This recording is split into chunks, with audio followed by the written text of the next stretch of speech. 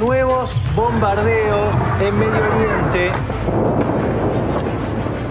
No cesan los ataques.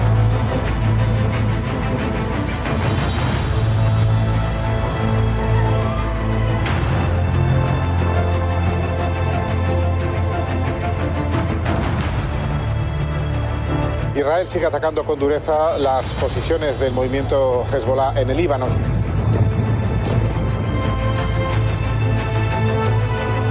They are trying to hold the world hostage. They are attacking their neighbors. This is a terroristic regime. The country has tonight named Mujtaba Khamenei as its new supreme leader.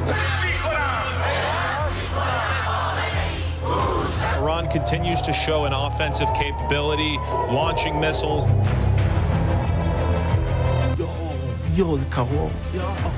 Wow. Es el bombardeo de los Estados Unidos a un buque iraní. Will not relent until the enemy is totally and decisively defeated. Y Adrián Krupnik está con nosotros, es doctor en historia, es investigador de la Universidad de Tel Aviv, es autor de un libro que habla además de la ligazón entre nosotros e Israel, por supuesto, pueblos hermanos, y tiene una mirada sobre esta guerra, ¿no, Adrián? Bienvenido, Sí, ¿cómo estás? Sí, te agradezco. Bueno, ya que comentaste el libro, Sentir dos patrias, es la historia de las migraciones de argentinos judíos entre ambos países, Israel y Argentina. ¿Y cómo se presenta esta guerra en ese contexto? Bueno, la guerra, lo que estamos viendo es que los Estados Unidos e Israel tienen una convergencia de intereses y están siendo coherentes desde que empezó esta campaña. ¿Por qué? Para Israel, Irán era el enemigo regional que tenía proxies en toda la región y que estaba encaminado a tener armas nucleares, y ya vimos que tenía misiles balísticos en producción. Cada año iba a tener más. Para los Estados Unidos, Irán llegó a ser definido hasta hoy como la avanzada de China para una eventual guerra con China. Hay un dato que es muy, pero muy importante y en el día a día perdemos de vista y la audiencia no tiene por qué saber, pero desde 2019 Rusia, China e Irán venían practicando ejercicios navales cada año en el estrecho de Hormuz, el que ahora está, digamos, cerrado por las acciones militares. O sea que lo que hizo Estados Unidos es prevenir la emergencia de una fortaleza de China en el Medio Oriente. Hablas de Rusia, China e Irán, pero el presidente de Rusia ayer se comunicó con Trump y dijo que él tiene la posibilidad de interceder para que esta guerra termine, o sabe cómo hacerlo. Sí, bueno, Putin ha dicho distintas cosas, pero no ha movido un dedo. Y en esta guerra se está quedando, si bien algunos diarios hablan de cómo se beneficia por el alza momentánea del petróleo, se ha quedado sin un proveedor de drones, los drones Shahed, que le han servido y mucho en la guerra de Ucrania. Putin es un estadista, es un líder muy hábil y dice y hace lo que le sirve a él y a la Federación Rusa. Y sí, se ha ofrecido varias veces a tomar el uranio enriquecido de Irán y distintas cuestiones, pero en la práctica se ha quedado sin el bastión que había construido en Siria, ayudando junto a Hezbollah e Irán al régimen de Assad, que cayó y quien ahora está refugiado en Rusia. Y se está quedando sin su aliado en la región, que es Irán. Irán, desaparezca o no el régimen, sus capacidades militares ya están muy degradadas. Muy degradadas. Y muchos dicen que es una guerra, pensando a nivel global o sintéticamente, entre Occidente y gran parte de Oriente. ¿Coincidís? Bueno, por lo menos en lo que tiene que ver con Medio Oriente, hay sin duda dos culturas. No quiero meter en esto a China, porque ahí la cuestión es más de largo plazo y sí es entre Estados Unidos y China. En lo que hace al Medio Oriente, sí. La caída del régimen de Irán o su debilitamiento es un golpe muy duro para todos los movimientos de islamismo radical. Y acá quiero ser claro, generalmente cuando uno critica el islam radical, lo acusan de islamófobo o cosas así. La verdad es que en el Medio Oriente y en el mundo islámico hay distintas maneras en que los pueblos árabes, persas o turcos han abrazado su tradición islámica. Los que aquí están siendo los perdedores son el islam radical, quienes rechazan violentamente a Occidente y quienes tienen como parte de su identidad la destrucción del Estado de Israel y del pueblo judío. ¿Y ese cambio puede ser pacífico, democrático, símil a una democracia occidental liberal, o se mantiene arraigado en esa sociedad la idea de una autocracia? La pregunta está muy buena. Ningún régimen, ningún pueblo cambia si no es por factores internos y por un deseo sostenido en el tiempo. Se puede, sí, por dar algunos ejemplos. Turquía con Mustafa Kemal Atatürk, a la salida de la Primera Guerra Mundial, abandonó el Islam en la política y construyó un Estado laico. En las últimas 2 décadas, Erdogan viene dando vuelta, revirtiendo ese proceso. Un experimento muy distinto es el de la Hermandad Musulmana, fundada en Egipto también cuando terminó la Primera Guerra Mundial, que llegó a la conclusión los problemas, el Imperio Otomano se disolvió por la penetración de la cultura occidental. Hay que volver al Islam y adoptaron una manera muy radical de hacerlo.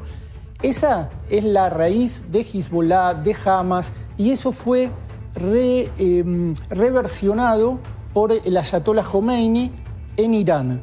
Pero Irán, no olvidemos que en el mismo siglo ha tenido varias revoluciones en un sentido, cambios culturales, revoluciones culturales en un sentido y en el contrario.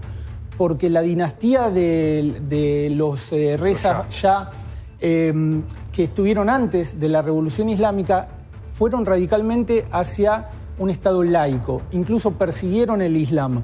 El desafío de Irán es encontrar una síntesis.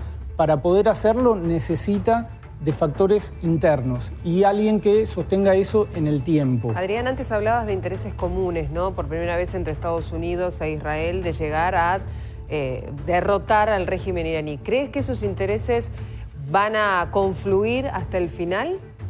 Sí. En esos intereses convergen también los estados árabes moderados de la región. Sí. Incluso países como Turquía, que pueden criticar la guerra, pero se están frotando las manos porque cae su rival en la región y ellos van a cubrir el espacio. Pero todos los moderados, el gobierno de Egipto, el gobierno de Jordania, el gobierno de Arabia Saudita, Kuwait, Emiratos Árabes, son gobiernos moderados, no quieren el radicalismo islámico. Un ejemplo que es quizá todo lo contrario a Irán es los Emiratos Árabes Unidos. Todos sabemos que tienen petróleo y gas, pero sin embargo en los últimos años reciben más dinero de exportación por cuestiones tecnológicas. Y son quienes han hecho la paz con Israel y con los Estados Unidos. Ese es el modelo contrario a Irán y quizás por eso es quien recibe más ataques en este contexto por parte de la República Islámica. Andy. Le quería preguntar, profesor, usted que ha evaluado la historia, y hemos entendido que Israel se ha enfrentado a otros estados árabes en otros momentos. ¿En qué punto se convierte Irán en el principal enemigo de Israel? Bueno, la revolución de 1979 en principio fue una revolución popular, como tantas otras que vimos en el mundo, en la que incluso la comunidad judía de Irán tuvo cierta participación, pero esa revuelta popular contra una dictadura, porque la dinastía del Shah era dictadura, eso fue capitalizado muy rápidamente por el Ayatollah Khomeini y se instauró una teocracia. El Ayatollah Khomeini había estado exiliado entre otros países, su última base fue Francia, y allí se nutrió de los trabajos de un sociólogo iraní que estudió en París llamado Ali Shariati. Adriana, usemos un punto ahí que tenemos información urgente. Por supuesto. Ya seguimos.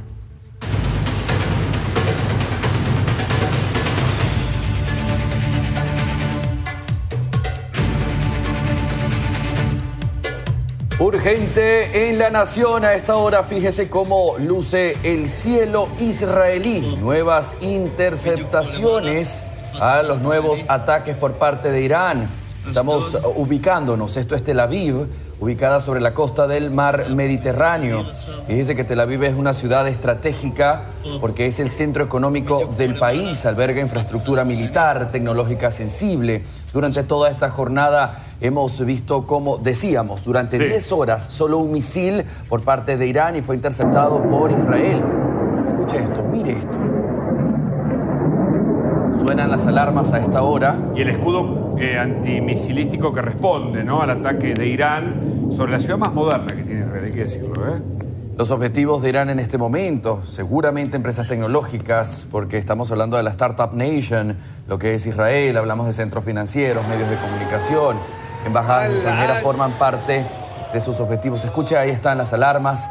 Fíjese la imagen del cielo a esta hora, después de decir que durante 10 horas solo un misil se había lanzado desde Irán y había sido interceptado. En este momento están sonando las alarmas. Tenemos imágenes en vivo en el lado derecho de Tel Aviv. Las 2 de la tarde allí. 5 horas son de diferencia, sí. O sea, 1:50, ¿no? 8. Casi las 2 de la tarde. Casi 10 para las 2. 10 minutos para las 2. ¿Cómo te genera, no? El impacto visual es tremendo, pero sobre todo lo auditivo, cuando se combina justamente el video y el audio, es tremendo. Sí. Por supuesto, una población que, si bien lo han dicho y lo hemos conversado nosotros en esta casa, nos dicen, llevo 23 años viviendo en este país y cada que escucho las alarmas sigo sintiendo el susto en la boca del estómago. Por supuesto, es estruendoso, por supuesto está la confianza en la cúpula de hierro, en el Iron Beam, pero es un momento de máxima tensión. De defensa, 5 capas de defensa que tiene una cúpula muy inteligente con distintos justamente contraataques contra estos misiles que algunos han penetrado y han provocado muertos, incluso en Tel Aviv, algo que no había ocurrido hasta acá tan habitualmente como en esta guerra. Reiteramos entonces, a esta hora suenan las alarmas en Israel, en Tel Aviv específicamente. Han interceptado misiles en los cielos israelíes, usted lo está viendo en nuestra señal. Adrián, para vos, ¿esta puede ser una guerra definitiva en contra del extremismo islámico o en contra del terrorismo que propone Irán? Este es un golpe durísimo. Este es un golpe durísimo porque Irán fue el modelo del islamismo radical durante mucho tiempo y parecía que les estaba yendo bien. ¿Por qué? Porque vendiendo petróleo a China se podían rearmar, tenían dinero, estaban camino a tener un arma nuclear, podían financiar a sus proxies en toda la región. Entonces parecía un modelo exitoso. Lamentablemente en el Medio Oriente hay un choque de dos culturas, hay un mundo civilizado, ya sea, no solo incluye este mundo al Estado de Israel, sino al eje sunita moderado, monarquías que mencioné antes, Jordania.